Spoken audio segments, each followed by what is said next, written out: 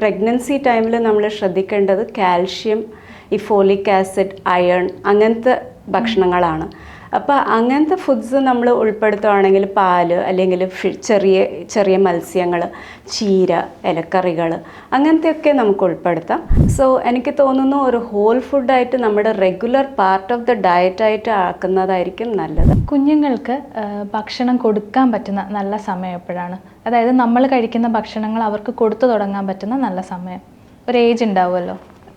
Ideally നമ്മൾ ഒരു 6 months തൊട്ടാണ് കുട്ടികൾക്ക് നമ്മൾ ഭക്ഷണമൊക്കെ ഫുഡ് കൊടുക്കുക, ഈ കുറുക്ക് പോലെയൊക്കെ തുടങ്ങും. പക്ഷെ 1 വയസ്സ് കഴിയുമ്പം നമുക്ക് സാധാരണ നമ്മൾ വീട്ടിൽ കഴിക്കുന്ന ഫുഡ്സ് എല്ലാം തന്നെ കുട്ടികൾക്ക് പതുക്കെ കൊടുക്കാൻ തുടങ്ങുന്ന. ഈ ഗർഭിണികളുടെ കാര്യം എടുത്താലും അവർക്ക് കുറേ ഫുഡ്സ് ഒന്നും കഴിക്കാൻ പറ്റില്ല എന്ന് പറയും. അതായത് കുറേ മിത്സ് ഉണ്ട്. പക്ഷേ എനിക്ക് തോന്നുന്നു കുറച്ചും കൂടി അവരുടെ ഡയറ്റിൽ ഈ പ്രഗ്നൻസി ടൈമിൽ നമ്മൾ ശ്രദ്ധിക്കേണ്ടത് കാൽഷ്യം, ഈ ഫോളിക് ആസിഡ്, അയൺ അങ്ങനത്തെ ഭക്ഷണങ്ങളാണ്. അപ്പോൾ അങ്ങനത്തെ ഫുഡ്സ് നമ്മൾ ഉൾപ്പെടുത്തുകയാണെങ്കിൽ പാല് അല്ലെങ്കിൽ ചെറിയ ചെറിയ മത്സ്യങ്ങൾ, ചീര, ഇലക്കറികൾ അങ്ങനത്തെയൊക്കെ നമുക്ക് ഉൾപ്പെടുത്താം. പിന്നെ റാഗി, അപ്പോൾ അത് അയൺ അങ്ങനെ കിട്ടും. സോ അങ്ങനത്തെ ഫുഡ്സാണ് നമ്മൾ കുറച്ചും കൂടി അവർക്ക് എംഫസൈസ് ചെയ്യേണ്ടത്. ഫൈബർ കൂടുതലുണ്ടാവണം. എന്താ വെച്ചാൽ ഈ പ്രഗ്നൻസി ടൈമിൽ കോൺസ്റ്റിപ്പേഷൻ ഒരു വലിയ പ്രോബ്ലമാണ്.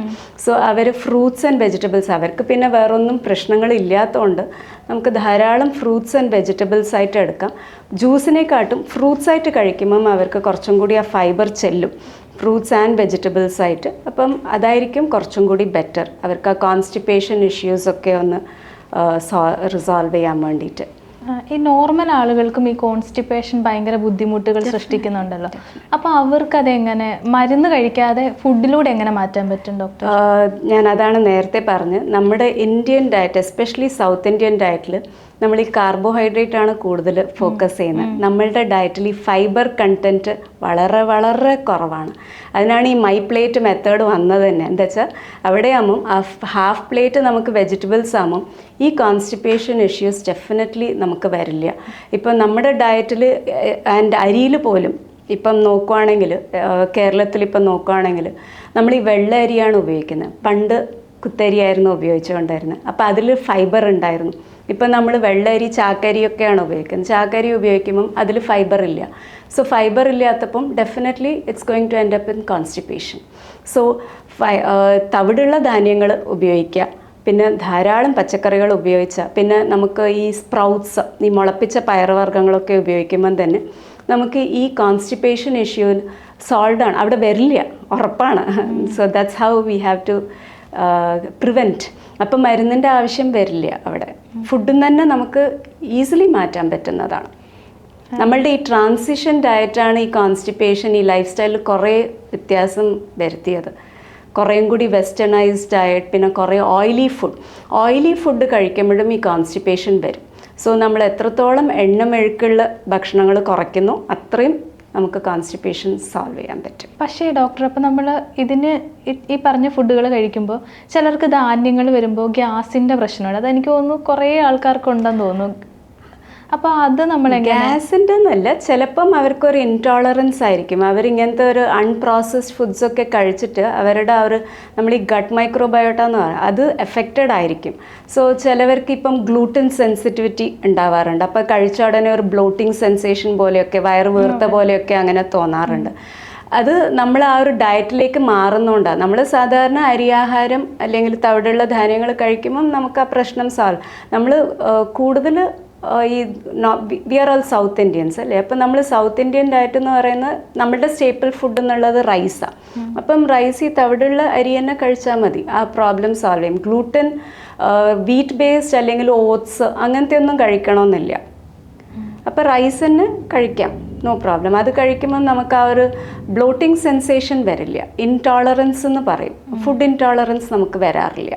ഒരു 90% സ്ത്രീകൾക്കും കണ്ടുവരുന്നൊരു പ്രശ്നമാണ് PCOD അല്ലെ PCOS ഒക്കെ. അത് നമുക്ക് ഈ ഫുഡ് ഡയറ്റിലൂടെ മാറ്റാൻ പറ്റുമോ? യെസ്, അഗൈൻ PCOD കുറേ നമുക്ക് ഈ ഓവർ വെയ്റ്റ് യങ് ഗേൾസിൽ ഇപ്പം കാണുന്ന ഒരു പ്രശ്നമാണ്. അപ്പോൾ അവരുടെ ഈ ഡയറ്റ് ഡയറ്റാണ് ഏറ്റവും വലിയൊരു കോമ്പനൻറ്റ്. ഡയറ്റും എക്സസൈസും ഇത് രണ്ടും അവിടെ തെറ്റുന്നതുകൊണ്ടാണ് നമുക്ക് ഈ PCOD, ഹോർമോണൽ ഇംബാലൻസസ്. അപ്പം ഈ ഒരു ബാലൻസ്ഡ് ഡയറ്റായിട്ട് എടുത്തിട്ട് വളരെ റെസ്ട്രിക്റ്റഡ് ക്വാണ്ടിറ്റിയിൽ എടുക്കുമ്പം അവർക്ക് വെയിറ്റ് ലോസ് വരുമ്പം ഡെഫിനറ്റ്ലി ഈ PCODന് നല്ലൊരു സൊല്യൂഷൻ കണ്ടെത്താൻ പറ്റും. ഡയറ്റ് ആൻഡ് എക്സസൈസ് ആണ്. ഇപ്പം ഏത് ഗൈനക്കോളജിസ്റ്റിൻ്റെ അടുത്ത് പോകുമ്പം അവരാദ്യം പറയുന്നത് വെയിറ്റ് കുറയ്ക്കുക അല്ലെങ്കിൽ ഭക്ഷണത്തിൽ ശ്രദ്ധിക്കുക എന്നാണ്. അപ്പം ഭക്ഷണം, വ്യായാമം ഇത് രണ്ടും നമ്മൾ ചെയ്ത് കഴിയുമ്പോഴത്തേക്കും അവർക്ക് ആ PCODൻ്റെ പ്രോബ്ലം, മിക്കവാറും ഈ വെയിറ്റ് ഗെയിൻ ഉള്ളതുകൊണ്ടാണ് കുറേ പേർക്ക് ഈ PCOD വരുന്നത് തന്നെ. അപ്പം വെയിറ്റ് ലോസ് വന്നു കഴിയുമ്പം ആ PCOD പ്രോബ്ലം സോൾവ് ആണ്. അപ്പോൾ അതിനാണ് നമ്മൾ കുറേ വെജിറ്റബിൾസ് ആൻഡ് ഫ്രൂട്ട്സ് ആണ് കൂടുതൽ ഫോക്കസ് ചെയ്യേണ്ടത്. ജങ്ക് ഫുഡ്സ് കംപ്ലീറ്റ്ലി അവോയ്ഡ് ചെയ്യണം PCOD ഉള്ള കുട്ടികൾ. പിന്നെ ഉള്ളത് ഈ പ്രോസസ്ഡ് ഫുഡ്സ്, ഈ പാക്കറ്റ് ഫുഡ്സൊക്കെ ഉണ്ടല്ലോ, അതൊക്കെ നമ്മൾ കംപ്ലീറ്റ്ലി ഒഴിവാക്കിയേ പറ്റും. അതുപോലെ സ്കിൻ ബ്രൈറ്റനിങ് എന്ന് പറഞ്ഞിട്ട് ഇപ്പോൾ ഇൻസ്റ്റഗ്രാമിലൊക്കെ കുറേ വൈറൽ ആയിക്കൊണ്ടിരിക്കുന്ന fruits and vegetables and nuts കഴിക്കുമ്പോൾ തന്നെ സ്കിൻ ഓട്ടോമാറ്റിക്കായിട്ട് it will give a glow to the skin. അപ്പോൾ ഈ പ്രത്യേകം ജ്യൂസ് ഒന്നും അതിന് വേണ്ടി കുടിക്കണ്ട? നോട്ട് നെസസറി, അത് അതിൻ്റെ ആവശ്യമില്ല. ബിക്കോസ് ഈ ഒരു ഹോൾ ഫുഡായിട്ട് തന്നെ കഴിക്കുമ്പം നമുക്ക് ആ പിഗ്മെൻറ്റ്സ് ഒക്കെ ഓൾറെഡി കിട്ടുന്നുണ്ട്. സോ അല്ലാതെ ഇപ്പം കുറേ ഉണ്ട്, നമുക്ക് ABC ജ്യൂസ് അങ്ങനത്തെ കുറേ ജ്യൂസസിൻ്റെ പേരുകളൊക്കെ ഉണ്ടാവും. അതിൻ്റെ ആവശ്യമില്ല. അതിനെക്കാട്ടും ഹോൾ ഫുഡായിട്ട് കഴിച്ചാൽ തന്നെ നമുക്ക് ആ ഒരു ന്യൂട്രിയൻസ് അവിടെ കിട്ടും. പക്ഷെ ഡോക്ടർ ഇപ്പോഴും അത് ഇൻസ്റ്റഗ്രാമിൽ ഇൻഫ്ലുവൻസർ പറയുന്ന വിശ്വസിച്ച് influencer from that itself you can make out. അതൊക്കെ വെറുതെ ഒരു ഹൈപ്പിന് വേണ്ടിയിട്ട്. അപ്പോൾ ഇവരിത് ഇങ്ങനെ പറഞ്ഞ് ഞാൻ കണ്ടിട്ടുള്ളത്, ഒന്നെങ്കിലും മറ്റേ ഐസ് ക്യൂബിനകത്ത് ഇങ്ങനെ സെറ്റ് ചെയ്തിട്ട് രാവിലെ വെള്ളത്തിലിട്ട് കഴിക്കുന്ന, ചൂടുവെള്ളത്തിലിട്ട് കഴിക്കുന്നത് നല്ലതാണെന്നൊക്കെ പറയും. അപ്പോൾ ഇത് കണ്ടിന്യൂസ് ഇങ്ങനെ കഴിക്കുകയാണല്ലോ, അപ്പോൾ സ്കിൻ നമ്മൾ വിചാരിക്കും സ്കിൻ ബ്രൈറ്റ് ആവും എന്ന് പറഞ്ഞിട്ട് ഇങ്ങനെ കണ്ടിന്യൂസ് കഴിക്കുന്നുണ്ട്. നമുക്ക് വേറെ എന്തെങ്കിലും പ്രശ്നമുണ്ടോ? എനി ഫുഡ് അത് മാത്രം നമ്മൾ കുറേ കാലം എടുക്കുമ്പം it is never healthy or safe. So എനിക്ക് തോന്നുന്നു ഒരു ഹോൾ ഫുഡായിട്ട് നമ്മുടെ റെഗുലർ പാർട്ട് ഓഫ് ദ ഡയറ്റായിട്ട് ആക്കുന്നതായിരിക്കും നല്ലത്. അല്ലാതെ ഇങ്ങനെ ഒരു ഒരു സെപ്പറേറ്റായിട്ട് ഒരു food is the cure for all disease എന്ന് നമുക്കങ്ങനെ ഒരിക്കലും പറയാൻ പറ്റില്ല. So that is not, I do not promote such diets. ഈ വിരുദ്ധാഹാരങ്ങളുണ്ടല്ലോ, അത് ഉള്ളതാണോ ശരിക്കും? ഇന്ന ഭക്ഷണത്തിനോട് ഇന്നത് ചേരില്ല എന്നൊക്കെ? Yes, I totally agree. നമുക്ക് ആയുർവേദ കോൺസെപ്റ്റ്സ് എന്നുള്ളത് വളരെ ഇമ്പോർട്ടൻ്റ് ആണ്. അത് നമ്മൾ തെറ്റിയതുകൊണ്ടായിരിക്കാം നമുക്ക് ഈ കുറേ ഇപ്പം ഈ ലൈഫ് സ്റ്റൈൽ പ്രശ്നങ്ങൾ, എസ്പെഷ്യലി ഇപ്പം നമ്മൾ നോക്കുമ്പം ഇൻഫ്ലമേറ്ററി ഡിസീസസ് വളരെ കൂടുതലാണ്. പക്ഷെ നമുക്കൊരു എവിഡൻസ് ഇല്ല അത് ഈ വിരുദ്ധാഹാരം കഴിക്കുന്നതുകൊണ്ടാണോ എന്നുള്ളത്. അപ്പോൾ കുറച്ചും കൂടി നമുക്കൊരു റിസർച്ചിൻ്റെ ഒക്കെ ആവശ്യമുണ്ട്. ബട്ട് ഫ്രാങ്ക്ലി സ്പീക്കിംഗ് നമുക്ക് ഈ സീസണൽ ഫുഡ്സ്, അവിടെ നമുക്ക് ഈ സീസണൽ ഫുഡ്സ് ഉണ്ടായിരുന്നു, ഒരു കോൺസെപ്റ്റ് ഉണ്ടായിരുന്നു. ഈ ലോക്കൽ ഫുഡ്സിൻ്റെ കോൺസെപ്റ്റ് ഉണ്ടായിരുന്നു. പിന്നെ ആ ഒരു ടൈമിങ്ങിൻ്റെ കോൺസെപ്റ്റ്, ഒരു കോമ്പിനേഷൻ്റെ ഒരു കോൺസെപ്റ്റ് ഉണ്ടായിരുന്നു. ഇതൊക്കെ നമ്മളിപ്പോൾ ഒന്നും തന്നെ പാലിക്കുന്നില്ല. So that can arise to a lot of problems, definitely. So but അത് നമുക്ക് ഇപ്പോഴും ഒരു സ്ട്രോങ് ആയിട്ട് പറയാൻ പറ്റില്ല, ബിക്കോസ് നമുക്ക് എവിഡൻസ് ഇല്ല. So probably in the coming years നമുക്ക് അതിൻ്റെ ഒരു ഡീറ്റെയിൽ റിസർച്ച് ചെയ്യുകയാണെങ്കിൽ we will have something to say that ഇത് വിരുദ്ധാഹാരം കഴിച്ച് നമുക്ക് ഈ പ്രശ്നങ്ങൾ വരാം എന്നുള്ള ഉറപ്പിച്ച് നമുക്ക് പറയാൻ പറ്റും. ഒരു 2-3 എണ്ണം പറയാമോ? എന്തൊക്കെയായിരിക്കും? സേ ഫോർ എക്സാമ്പിൾ നമ്മൾ ഈ ഫ്രൂട്ട്സ് ആൻഡ് മിൽക്ക്, ഇപ്പം നമ്മളുടെ കോൺസെപ്റ്റ് ഇപ്പോൾ എല്ലാവരും മിൽക്ക് ഷേക്ക് ആയിട്ടാണ് കുടിക്കുന്നത്. കുറേ ഫ്രൂട്ട്സും മിൽക്കും കൂടി ചേർത്തിട്ട് നമ്മൾ so as per the Ayurveda concept നമ്മൾ ഈ മിൽക്കും ഫ്രൂട്ട്സും ചേർത്ത് കഴിക്കരുത്. തൈരും നോൺ വെജും കൂടെ കഴിക്കരുതെന്നാണ്. അങ്ങനത്തെയൊക്കെ കുറേ വിരുദ്ധാഹാരങ്ങളുണ്ട്. മാം, അതുപോലെ നമ്മുടെ നാട്ടിൽ ഇപ്പോൾ കുറേ ജിമ്മുണ്ട്. അപ്പോൾ അവർ തന്നെ കുറേ ഡയറ്റുകൾ ആളുകളിലേക്ക് പറഞ്ഞു കൊടുക്കുന്നുണ്ട്. അപ്പം കൂടുതൽ പേര്, ഇപ്പം ഞാൻ ശ്രദ്ധിച്ചിട്ട് മനസ്സിലായത്, ചിക്കൻ കഴിക്കാറുണ്ട് ആരോഗ്യത്തിന് വേണ്ടി. അപ്പോൾ ഇത് സ്ഥിരം ഇങ്ങനെ കഴിക്കുന്നതുകൊണ്ട് ഇവർക്ക് മറ്റ് അസുഖങ്ങൾ ഉണ്ടാവാറുണ്ടോ? ഡെഫിനറ്റ്ലി. ഇത് വന്നിട്ട് ലോങ് റണ്ണിൽ ഇനീഷ്യലി നമുക്ക് ആ ബോഡി ബിൽഡിംഗ് ടൈമിൽ കുറച്ച് അവർക്ക് പ്രോട്ടീൻ്റെ ആവശ്യമുണ്ട്. പക്ഷേ ഇൻ ദ ലോങ് റൺ നമുക്കത് അവരുടെ ഓർഗൻസിനെ അഫക്റ്റ് ചെയ്യാനുള്ള സാധ്യത ഉണ്ട്. എന്താ വെച്ചാൽ അവർ പോകുന്നത് 90 ഗ്രാം പ്രോട്ടീൻ, 100 ഗ്രാം പ്രോട്ടീൻ, അങ്ങനെയാണ് അവരുടെ ഒരു റെക്കമെൻഡേഷൻ ഉണ്ടാവുന്നത്. സോ അത് നമ്മുടെ സിസ്റ്റം എത്രത്തോളം ലോങ് റണ്ണിൽ അത് ആക്സെപ്റ്റബിൾ ആയിരിക്കും എന്നറിയില്ല. എന്താ വെച്ചാൽ ഇതൊക്കെ നമുക്കൊരു ഷോർട്ട് പീരിയഡിന് okay, but not over the long run. So that നമുക്ക് കുറേ പേഷ്യൻസ് അങ്ങനെ പേഷ്യൻസ് അല്ല കുറേ ക്ലയൻസ് അങ്ങനെ വരാറുണ്ട്. ഇങ്ങനെ ജിമ്മ് പോകുന്നതുകൊണ്ട് 10 മുട്ട കഴിക്കും, പിന്നെ അവർ 1 കിലോ ചിക്കൻ കഴിക്കും, അങ്ങനെയൊക്കെയാണ് അവർ. പക്ഷേ അവർ കാർബോഹൈഡ്രേറ്റ്, 0 കാർബോഹൈഡ്രേറ്റ് പ്രോട്ടീൻസ് മാത്രം ഫോക്കസ് ചെയ്തിട്ട് കഴിക്കുന്നവരുണ്ട്. സോ ആസ് ഐ സെഡ്, ചിലപ്പം നമുക്ക് അവരുടെ ആ ഒരു ലിപ്പിഡ്, ഈ കൊളസ്ട്രോൾ ഒക്കെ നോക്കുമ്പം ഇത്രയും കഴിക്കുന്നവരിൽ ഡെഫിനറ്റ്ലി അവരുടെ ഒരു ചീത്ത കൊളസ്ട്രോൾ, നമ്മൾ LDL എന്നൊക്കെ പറയും, അത് വളരെ ഹൈ ആയിട്ട് കാണാറുണ്ട്. അപ്പം അത് കുറേ കാലം എന്തായാലും ഇങ്ങനത്തെ ഡയറ്റ്സ് പറ്റില്ല. അവർ എഗ് വൈറ്റായിട്ട് കഴിക്കാം, കുഴപ്പമില്ല. പക്ഷെ എന്നാലും ഇത്രയും പ്രോട്ടീൻസ് നമ്മുടെ കിഡ്നീസിന് കുറച്ചും കൂടി ഒരു ഓവർലോഡ് ആവും in the long run. So usually we don't promote it for A long period of time. അതിൻ്റെ കൂടെ അവർ ചിലപ്പം സപ്ലിമെൻസും എടുക്കും.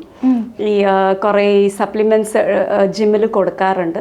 So actually we don't encourage such things.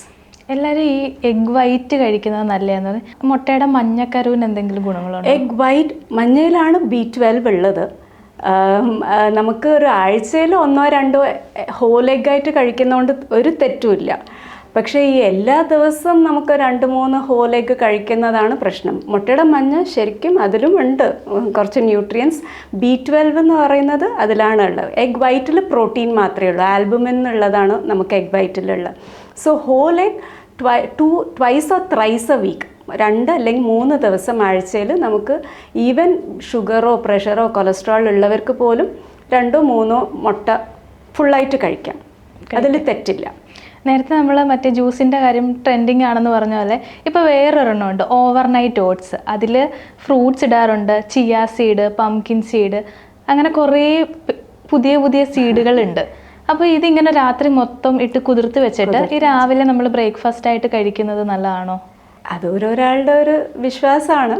I don't know whether it has any effect. അത് ഓരോരാളുടെ thought process. I don't want to comment on that. അത് കുറച്ച് പേര് വണ്ണം കുറയ്ക്കാൻ സഹായിക്കുന്നു, വണ്ണം കൂട്ടാൻ സഹായിക്കുന്നു. ഇതൊക്കെ ഞാൻ പറഞ്ഞ പോലെ സിംഗിൾ ഫുഡ് ഇസ് നോട്ട്. ഒരു ഫുഡ് കഴിച്ചാൽ നമുക്ക് വെയിറ്റ് ഇത്ര കിലോ വെയിറ്റ് കുറയും, അല്ലെങ്കിൽ ഈ ലൈം ജ്യൂസ് കുടിച്ചാൽ, ലെമൺ വിത്ത് ഹണി കുടിച്ചാൽ നമുക്ക് 10 കിലോ കുറയും. അതൊക്കെ it is not the right thing. It's a myth. നമ്മൾ എല്ലാം ഡയറ്റ് പ്ലസ് എക്സസൈസ്, അത് രണ്ടും കൂടി ചേർത്തിട്ട് ഒരു balanced diet, low calorie diet, അതിൻ്റെ കൂടെ എക്സസൈസും കൂടി ചെയ്യുമ്പം നമുക്ക് ഓവർ ദ ലോങ് റൺ ഇതൊക്കെ നമുക്ക് ഈ ചെറിയ ചെറിയ ഈ ഡയറ്റ്സ്, ഈ ഫുഡ് ഫാഡ്സ് ഉണ്ടല്ലോ, നമുക്ക് ചിലപ്പം കീറ്റോ ഡയറ്റ് എന്ന് പറയും, അല്ലെങ്കിൽ വേറെ എന്തെങ്കിലും പുതിയ ഡയറ്റ്സ്, ഇപ്പം ഈ ഓട്സിൻ്റെ ഡയറ്റ് അല്ലെങ്കിൽ അങ്ങനത്തെയൊക്കെ നമുക്ക് ലോങ് റണ്ണിൽ എടുക്കാൻ പറ്റില്ല. സോ വൺസ് അത് സ്റ്റോപ്പ് ചെയ്ത് കഴിയുമ്പം വീണ്ടും ആ ഒരു റീബൗൺസ് ഉണ്ടാവും വെയ്റ്റിന്. So we generally prescribe a low calorie balanced diet with exercise. എല്ലാവരും വണ്ണം കുറയ്ക്കാനുള്ള ഡയറ്റിൻ്റെ കാര്യം പറയുന്നുണ്ട്.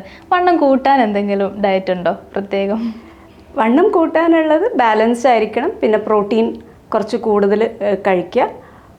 പ്രോട്ടീനുള്ള പ്ലാന്റ് ബേസ്ഡ് പ്രോട്ടീൻ ആയിരിക്കും കുറച്ചും കൂടി നല്ലത്. അപ്പം അത് എല്ലാ മീലിലും, എല്ലാ ഭക്ഷണത്തിൻ്റെ ഒപ്പം നമ്മൾ പ്രോട്ടീൻ കുറച്ച് കൂടുതൽ കഴിക്കാനായിട്ട് ശ്രമിക്കുക. ആ ഏജ് ഗ്രൂപ്പിന് എത്ര കാലറിയാണ് വേണ്ടത് അത് മീറ്റ് ചെയ്യാനായിട്ട് നോക്കുക. എന്നാൽ പിന്നെ നമുക്കൊരു ഹെൽത്തി വെയിറ്റ് എന്തായാലും ഉണ്ടായിക്കോളും. അതിനുവേണ്ടി അപ്പോൾ ഈ മാർക്കറ്റിൽ കിട്ടുന്ന പൗഡർ ഒന്നും കഴിക്കേണ്ട, അതിൻ്റെ ആവശ്യമില്ല. ഒരു നോർമൽ ഹെൽത്തി വീട്ടിലുള്ള ഫുഡ് തന്നെ കഴിച്ചാൽ മതി. അങ്ങനെ ഒരു സപ്ലിമെൻ്റ് ആയിട്ട് വേണമെന്നില്ല. സപ്ലിമെൻറ്റ്സ് ഒക്കെ നമ്മൾ യൂഷ്വലി പേഷ്യൻസിന് കഴിക്കാൻ പറ്റാത്തവർക്കാണ് നമ്മൾ റെക്കമെൻഡ് ചെയ്യുന്നത്.